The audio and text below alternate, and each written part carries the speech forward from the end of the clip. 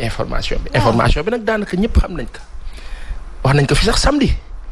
coofe na de pour violer coofe na de damay wax sama xalaat rek. loolu rek nga si gis.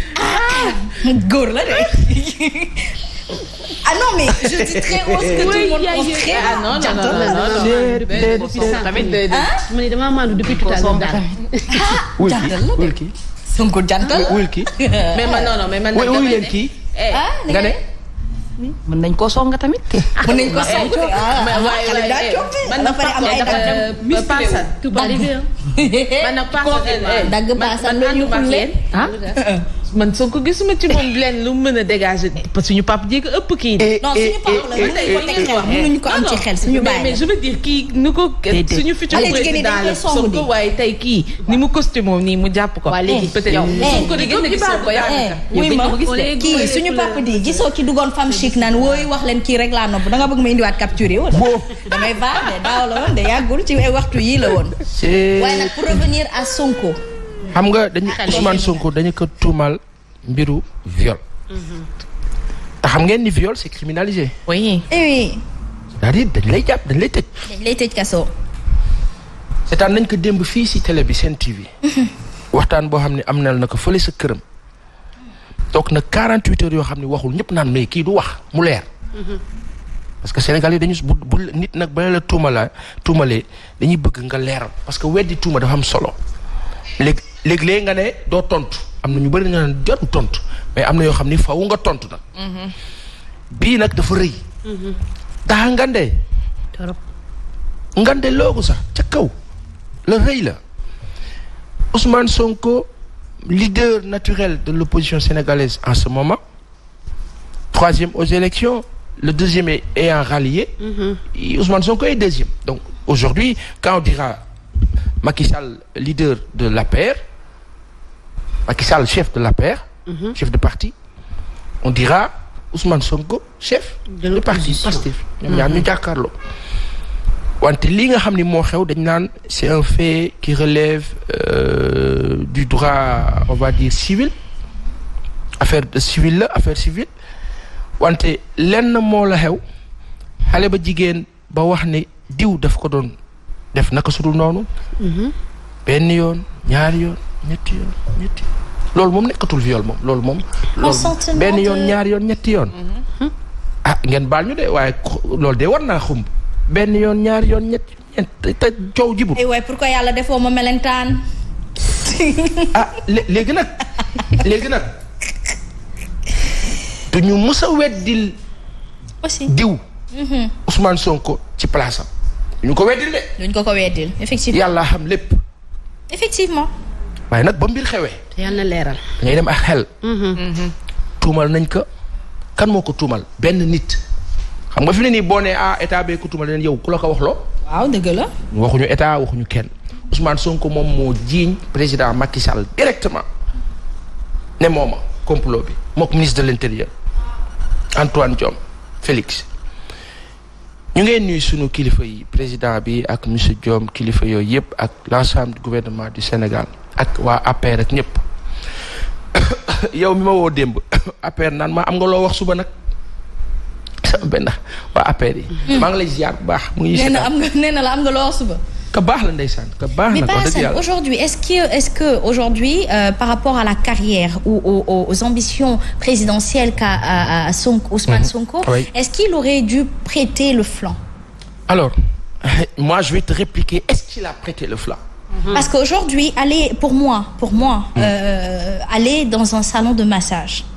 nit ñi sur la toile boo gisee les réactions dañoo indi ne li ñu def Khalifa Sall Karim Wade xëy na moom lañ ko bëgg a def xalaatu askan bi la. damay relater les faits. alors tey jii nii boo gisee nii ki may jonganteel def na faama lii def soxna lii su may dem di ko songu damay moytu ci bépp boor après il dit que c'est médical. voilà c'est médical. en plus mais si c'est médical il y a des kinésithérapeutes. waaw mais en plus il a dit que ni dem na ba laaj leen seen i kayit. wax na tamit fi doon dem amatul possibilité financière pour dem fa fay ju ji pour fay ko loolu tam relaté na ko ci. mais aujourd'hui institut de massage. mais xam nga léegi là c'est pas thérapeutique. xam nga y a une chose ñu wax ko nag en parenthèse kilifa yi fi nekk yu bare ñu ngi ci salon de massage. kilifa yi yëpp. ñëpp ne boor bee comme boor bi. moo tax faw ngeen def attention yéen ñëpp. ndax ka bokk ci camp bi sax. ka bokk ci camp bi sax wala ci bokk ci benn camp. say noonu ya ca camp ba. mën nañ la fexeel. ak foo munti bokk. donc na kilifa yi def attention. ci loolu massage clandestine yi am ci biir kër sax. waaw ñi ngi fay dem. waaw gaa yaa ngi fay dem preuve à l'appui. waaw merci. lu may nettali lu may teg sama bët la. jërëjëf soxna mu ngoog benn oculaire. ba sa des moo la dafa am wax nañ ko fi samedi lu tax Ousmane Sonko war a mën a dem ci salon de massage lu tax guddi 21h 22h moom sax souligné na ko démb. il est parti avant l'heure de couvre-feu après génn fa tuuti après l'heure de couvre-feu ci foo xam ni boroom kër gaa nga fa njabootam ak ay caméra ak lépp ma loolu wax bu leer la. après nag le reste comme on dit formalité enquête pour enquête et cetera. waaye du wuy ji député la c'était évident on savait que du wuy ji. parce que mënul wuy ji ci loolu. parce que des mooy téye nañu ka nga xam ne mooy borom foofu téewandi que déglu nañu sax son petit frère. wala son grand frère. Pape allait def si un excellent travail d'investigation comme d'habitude Pape vraiment merci. kooku am lu mu wax jëmale ko ci rakkam fay nañ ko nangam. ci ay propos. graaw la loolu. trop normalement frère bi sax dañ ko war a woo déglu ko. te xam naa ci liñ jëm. waaye waxuñu ngeen woo nit ñi di leen napp pour ñu bañ a wax de. woo pour déglu. parce que benn affaire moo am. bu ñu dégloo démb monsieur Sonko. waaw. dans le fond wax na dafa junj mais am na lu bari lu mu téye. xëy na selon affaire yi fu muy toll xam nga aussi xeex politique dafa xaw a doy waar. te Sénégal yàgg nañu di xeex ci politique malheureusement nii taqalante defalante lu bon et cetera mais bii yoon.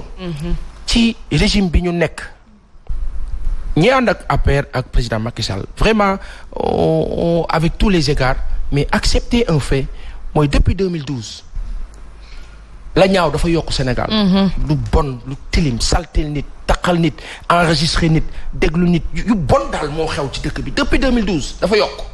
amoon na de dafa yokk lu tax mu yokk on ne sait pas mais dafa yokk constat la. c'est leur façon peut-être de faire. exactement maintenant y a quelqu'un qui me dit waa APR sama mbokk moom. vraiment maa ngi lay nuyu bu baax que baax la mu ne ma fexeel nag suba nag la ñuy xam nag ndax vraiment li ngay woote si dëgg et cetera ma ne ko sama xel bul ma influencer. ok ba ma bopp rek. mënu ko sax. ba sa des. am nga xel te jërëjëf ba sa des. soxna Fall.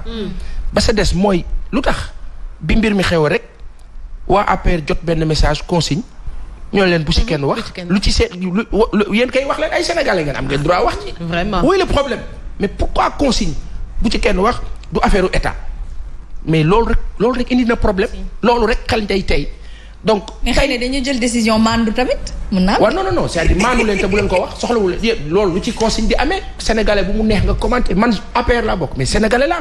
lu concerne Ousmane Sonko ci contexte bi war naa ci mën a bàyyi xel wax ci gëstu ci xam lan la. parce que je suis sénégalais.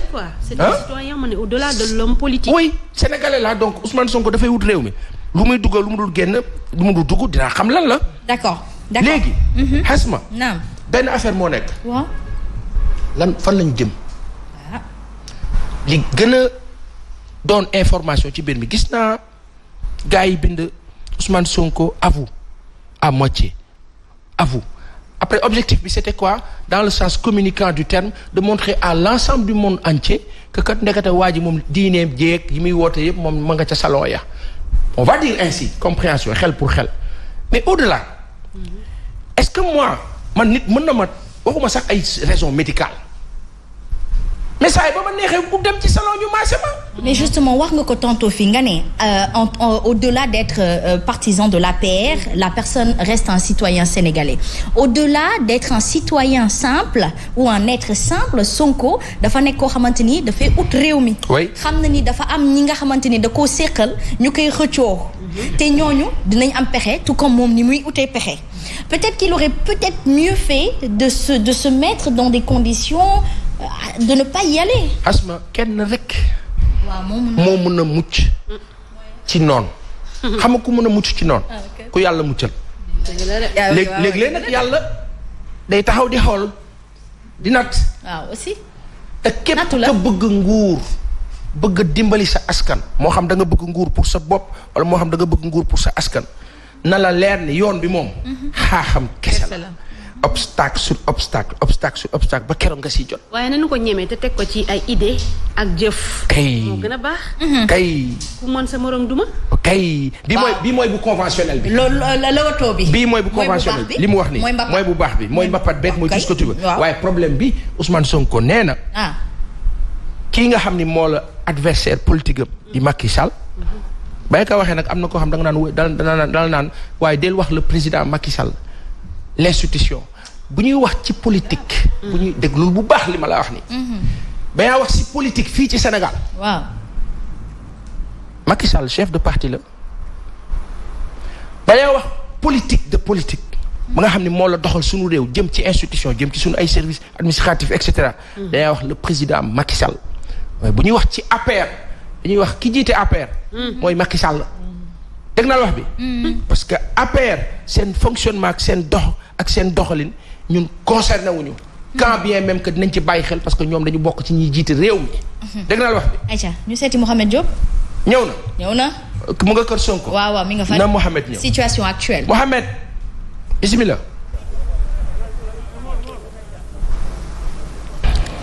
ayca. ci. Mouhamed ñëwagul. waaw Mouhamed noo def.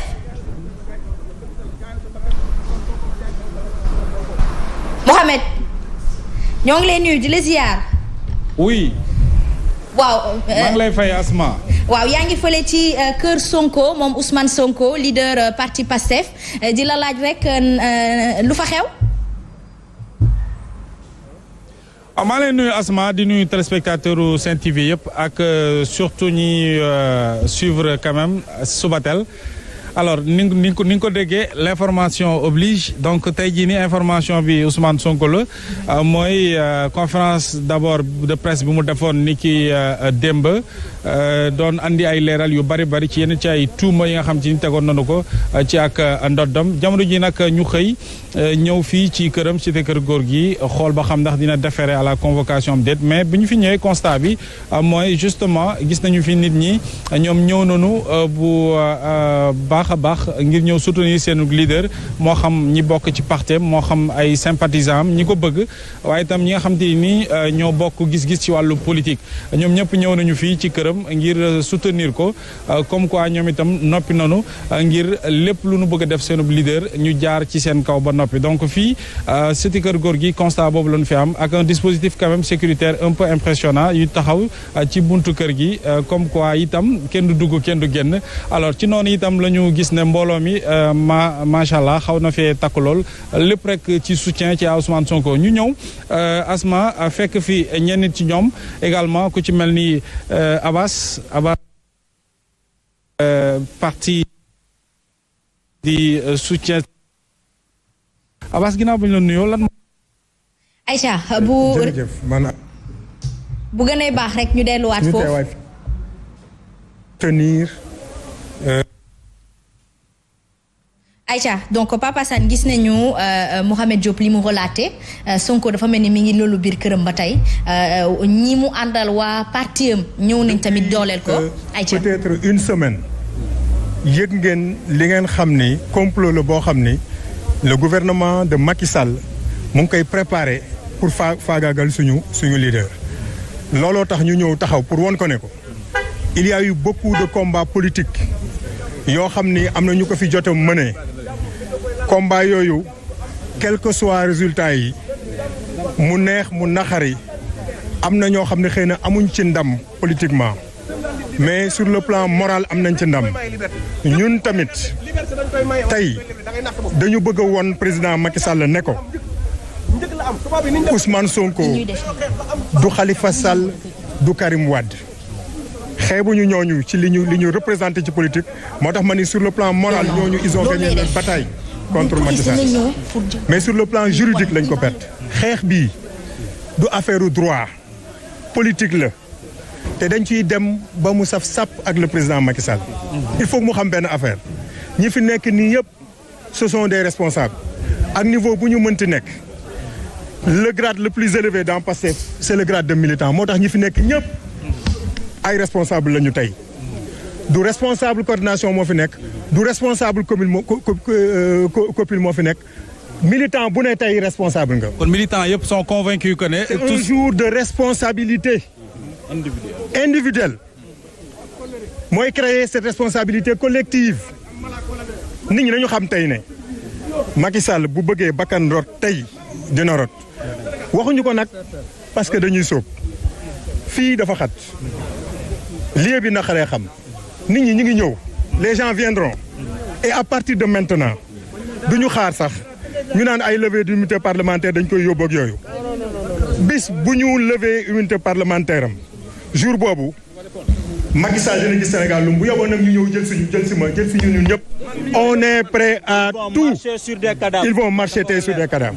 donc dafa mel ni nangu loolu tey. militants yi dañoo convaincu que ne mbirum politique la amul dara lu ci méngoo dëgg lépp dañ ko. loolu c'est très clair ñun xam nañu suñu leader c'est-à-dire que ñàkkul fayda bay suufeel boppam à ce niveau-là parce que xam na importance su projet bi xam na li nekk ci ginnaawam ce ne sont pas seulement des militants de Pastef parce que dafa am militant am sympathisant am ñu ko bëgg c'est des millions de Sénégalais ñoo bëgg Ousmane Sonko c'est des millions de Sénégalais ñoom ñoo bëgg Ousmane Sonko parce que xam nañ c'est un projet ñu bari teewuñu fii parce que xëy na mënuñu fee teew mais militants yi dinañu ñëw sympathisants yi dinañ ñëw fii incha allah fii ak ngoon dina fees dell te duñu fiy jugee couvre-feu bi sax dinañ ko viol tey fii la ñuy fanaan tey nous passerons la nuit ici avec notre président incha allah.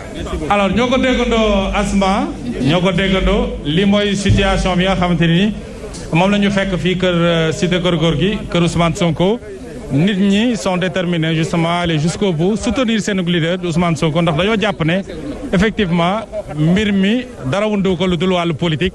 xamaa ne dinañ ñëwaat ci kanam a kanam incha allah bu fekkee am na lu fi bees ci wàllu information ñu yeggee leen ko incha allah en direct. incha allah fii ci cité Keur Gorgui Asma Khadija. incha allah rabbi kon ba ci kanam bon courage. Aïcha mu nekkoon kii di Mouhamed Diop encore une fois fële ci cité Keur Gorgui Papa Sane ñoo ko déggandoo ñu nag askan bi yëpp ñoo ci bokk yem lee fa xew waaye marcher sur des cadavres je pense qu'à un moment.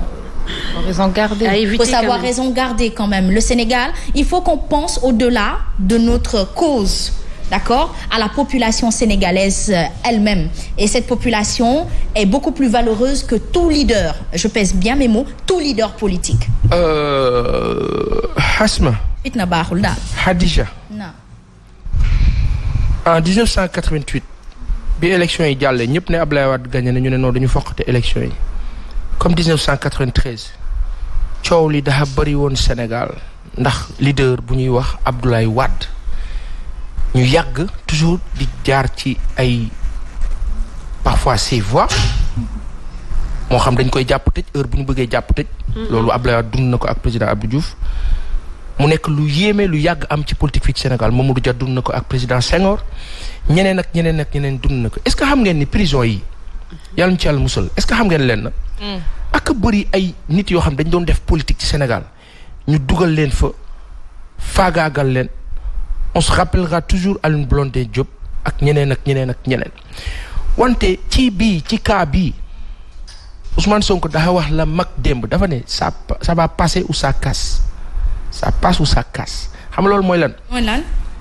wax naa la fii samedi ne la nit léeg-léeg nga topp ko muy moytu ba sësee day jàmmarloo ak yow wax ma ne egg nañ fa de wante li nga xam ne xew na démb ñu déglu ko ci discours ci communication c'est un appel à la résistance ni ko Charles de Gaulle defee woon ci jamono alors cet appel à la résistance là ñi nga xam ne ñooy jàpp ne que kat waaw Ousmane Sonko fi mu dem war foon dem li mu def et cetera ma wax ko fii tey benn citoyen la nit la fakka neex u dem du man du yow du keneen ak keneen. te du tàggu kenn. bëgg nguur wala bëgg dimbali sa askan dafa laaj sacrifice yu bare. mooy autant il a le droit d'aller où il veut. Effectivement. De faire ce qu'il veut comme il l'entend libre qu'il est. Autant ñi nga xam ne ñoo am confiance ci moom il leur doit énormément de possibilités de crédibilité. léegi nag l'objectif de celui qui voudrait que mu bañ a am valeur. Soi-disant. Aïe. Mais je te fais un gros câlin. Le soi-disant a son sens. Effectivement. Tu es intelligente, machallah. Le soi-disant a son sens. Sens bi fa la ñu jëm. Effectivement. dañoo tuumal Ousmane Sonko. Ousmane Sonko ñëw joxoñ ki mu jàpp ne moo ko tuumal boobu gën a garaaw. na président bi ak ñi mu àndal. génn wax weddi bañ a weddiwul tamit nañu ñoom itam ne kii li mu ñuy taxal nii lu toll ni ministre de l'intérieur président de la république. loolu dafa rëy torop. donc nguur bi dafa war a jóg taxaw ne hey ana preuve yi wane ni ñun la. aussi xam nga kon yaa ngi ci beneen débat waaye ba fekkee ni nag yéen dara dafa xew seen yoon newu ci ngeen joxe ay consignes ne bu leen si wax xel dafay ñaar te am na fu ñuy jëm. te luy waral sax chaque fois bu ñu tuumaalee nit surtout yu wàllu opposition sa xel dem ci nguur moo ko def kon loolu tam y a des questions à se poser à ce niveau. lu waral chaque fois rek bu dee luy faagaagal nit la wala loo xam ni day damm tànku nit ngir mu mën a àgg fa mu jëm ay ambition am dañuy xalaat ñooñee man sama problème xam nga lan la même su nekkee ne Sonko dañ ko tuumaal. viol. on a une justice libre. yoon dafa war a def yoon war a jaar ci yoon def enquête. est-ce que cette justice est libre. loolu problème bi fa laa jëm bu fekkee ne liberté bi ñuy wax am na ca pour man waru jarul woon sax ay wax parce que dañoo war a seet bu ñu seetee dinañ gis xool dëgg bi fu mu féete. effectivement aussi teg toor ki deful yoon keneen ki nga xam ne dafa kàcc wala sos ñu teg ko toor mais bu fekkee ne tiitaange am na ci. kon y a problème. Aussi et puis man Papa Sane aspect bi may ñëw mooy je sensibilise encore une fois que mbir mi Ousmane Sonko nguur gi dañ ko tuumaal ñàkk tuumaal yoon bi est-ce que dafa fiable ou pas certains se posent cette question ça ne vaut pas le prix d'une violence. dafa am fu ma bëggoon dem. bu ñu fi indiyee fitna di indi fitna. yàlla ñu yàlla musal ci lépp. allahumma amin ya rabbi.